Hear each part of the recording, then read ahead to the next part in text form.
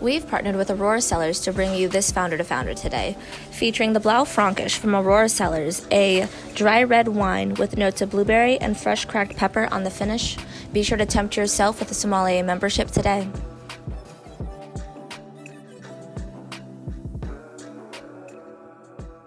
Hi and hello and welcome back to Founder to Founder. My name is Arianna Cruz and I'm the founder of More Magazine. As you can tell, today's interview looks a little different. It is just me. Due to some scheduling conflicts, you all have decided to interview me today. Well, no, I take that back. I decided that we were going to interview me due to scheduling conflicts, but we have questions from our audience, which is really cool to see how much that has grown since we've gotten started.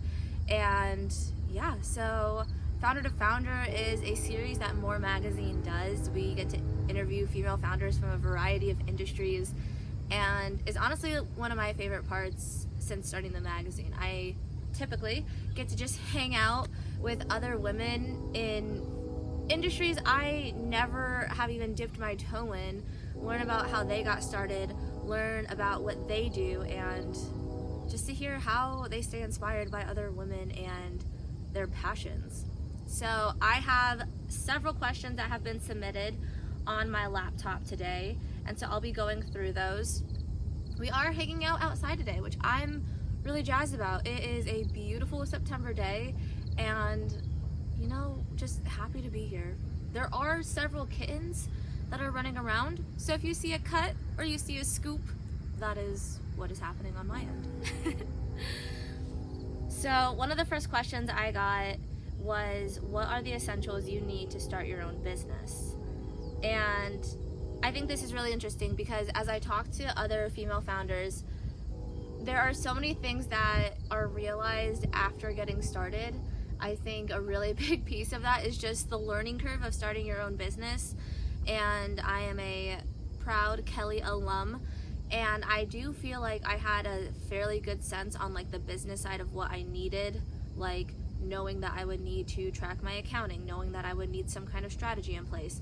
But I think it is hard sometimes when you start a business from a passion project, because you're not necessarily thinking about the numbers and how does X impact Y, etc., when you're taking something that your heart is in so fully and something that you just really find a lot of passion in, and turning it into a business. And so I know at the beginning that was a question I got a lot, was how do you plan to scale? How do you plan to make money? And I did not have that laid out in full beforehand. And I think because there's so many different ways that more can go, that is something that I sometimes struggle with. And so I think the essentials, and this is something that I ended up doing right after we launched, because I also did not plan on launch going so well and being so well received and growing as quickly as we did, but is having some kind of business plan in place. I think another essential for me is to have people that you trust, that you can ask questions to, that you can have conversations with and bounce ideas off of. I am such an advocate for mentorship, and I know that the people that I had on my side that I was able to just ask questions and learn from made such a difference for me.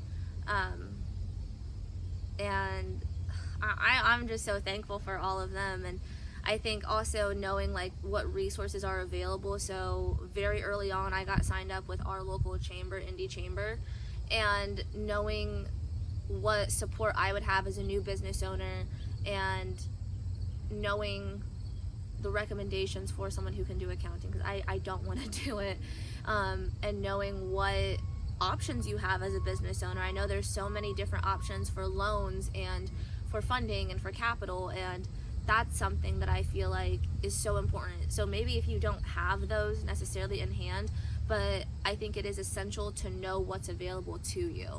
So, excellent question. Were there any challenges you weren't anticipating when you started your own business?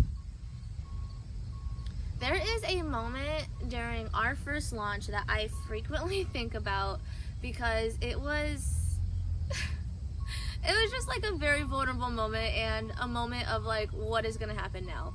And looking back over like the 2 years now that we've been in business, it is not a big deal. And I think that's the funny part, is that you come to these moments where you think that this is such a make or break moment, and then like 2 months later, honestly, the next day, it's like, that was not a big deal. And I think it's really just acknowledging what you don't know, and knowing that you can't be mad at yourself for things that you don't know. There is such a learning curve when starting a business, as I mentioned before, and having people who can help guide you is one thing, but like if you don't know what to ask, or if you don't know what exactly you need help on, then it's hard to fault yourself if like a blip happens. This is the example, and I hope you laugh, because it is funny. I think it's funny, but I also think that it was just a moment where I didn't know it was my first time doing something. And so we launched the magazine digitally in October of 2020, and I am humbled and blessed and so supported and so grateful for that support. And we had so many people ask for a hard copy. I did not see us doing a hard copy, honestly, for like 3 years. So not even in my mind to figure out how to do a hard copy. And so after October 20, issue comes out, and we have all these ask for it. So I wanted to give the people what they wanted, obviously, but I had not done it before. And so I went through kind of a mess of a situation with our first like print, but once I had them in hand, we were getting ready to mail them out. We had already sent out social that magazines are going out this week, eyes on mailboxes. And I was sitting there in our guest room with Marie, who's been like since day one of everything getting started, and we have all these handwritten notes in each of these magazines. We had weighed them to make sure everything was properly like shipped and stuff, and I had everyone's addresses. And so I'm on like our little shipping system, if you will, whatever, and I start printing them off. And as we're putting them onto the packages and envelopes, I see that the date is set for that day, but we were almost to midnight, so we were already in the next day. And so the label, like everything online said, if your date is not the same date that you take it to the post office, or by the time you get to the post office, if it's like past the date on your shipping label, then they won't accept it. And I was like sitting in our guest room, and I just remember going like, I don't know what to do. And it was very, very late at night. It was in the wee hours of the next day already, and so I knew my support girl would not be available for another email or a quick phone call. And we were like, okay, we're just gonna like redo all these. I will try to get a refund for these, and then we'll reprint X amount. And if you've ordered one of our magazines, them girls are hefty, and so you can imagine how much it cost that first time. And then it's in our first like 4 months that this whole shipping fiasco has happened. After some deep diving into Google and some Reddit threads, found out that I should be okay. And we also realized it was going to be hard to delay it after the fact, because people got emails after the shipping label was printed saying your package is on its way.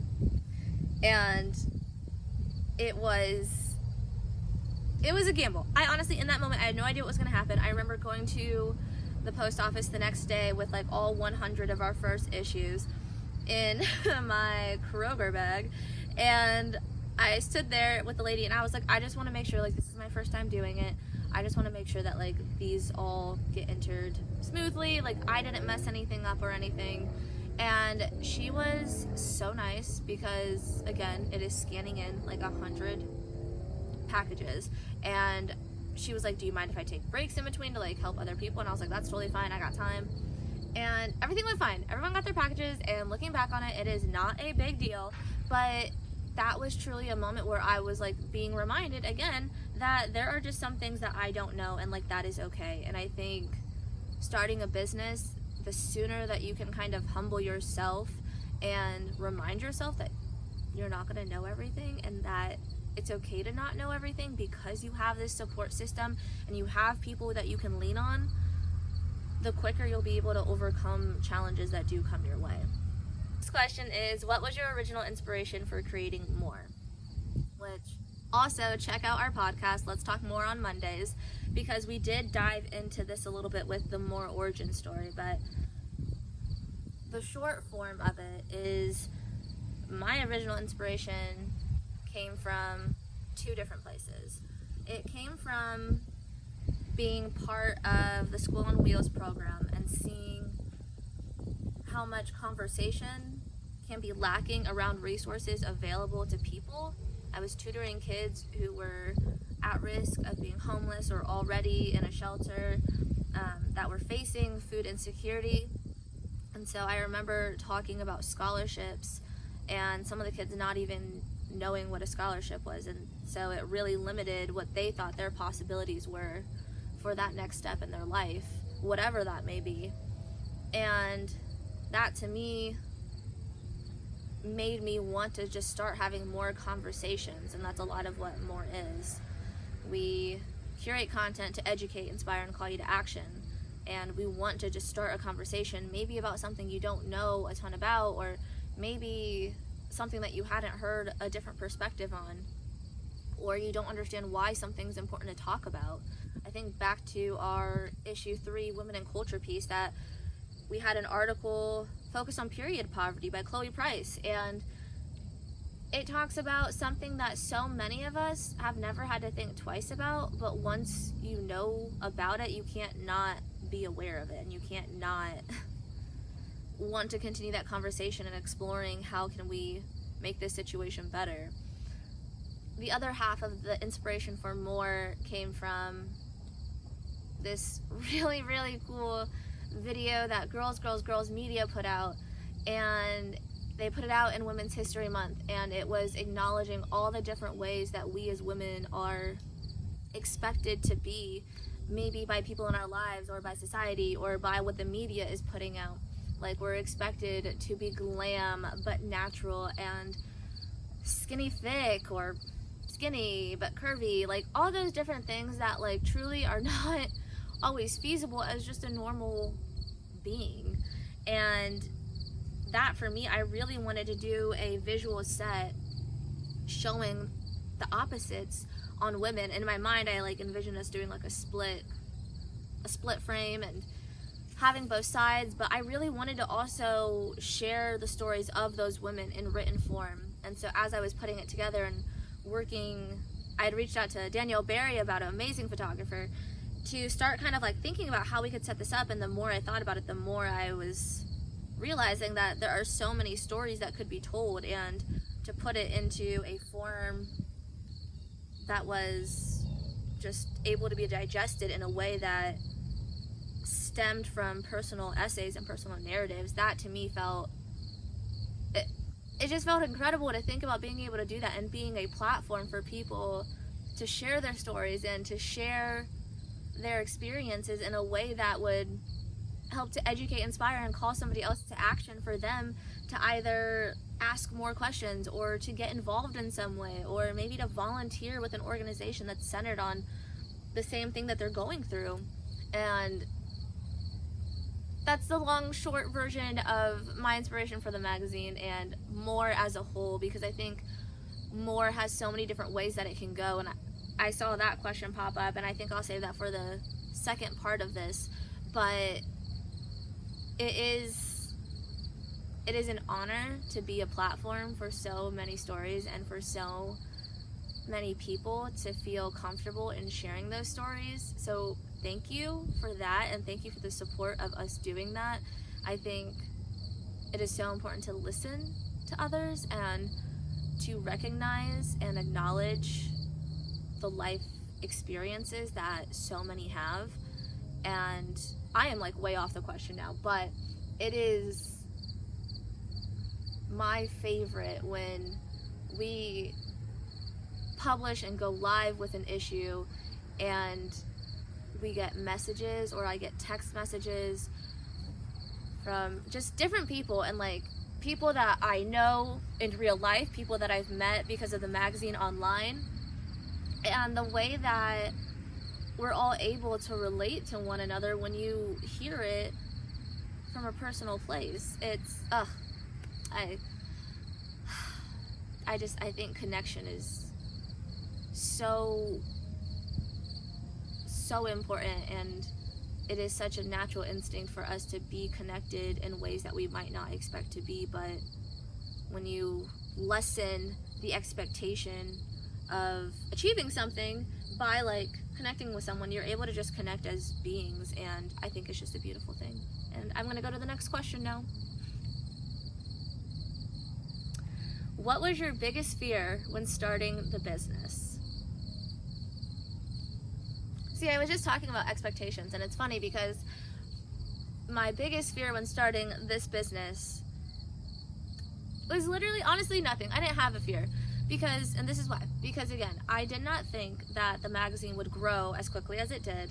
And so I remember when we put it out, and when I had started working with other people, it was under the premise that like, this is just a collab. Like, we're doing this because all of us women, like, we want to just like create this content that like uplifts one another and is sharing stories about each other.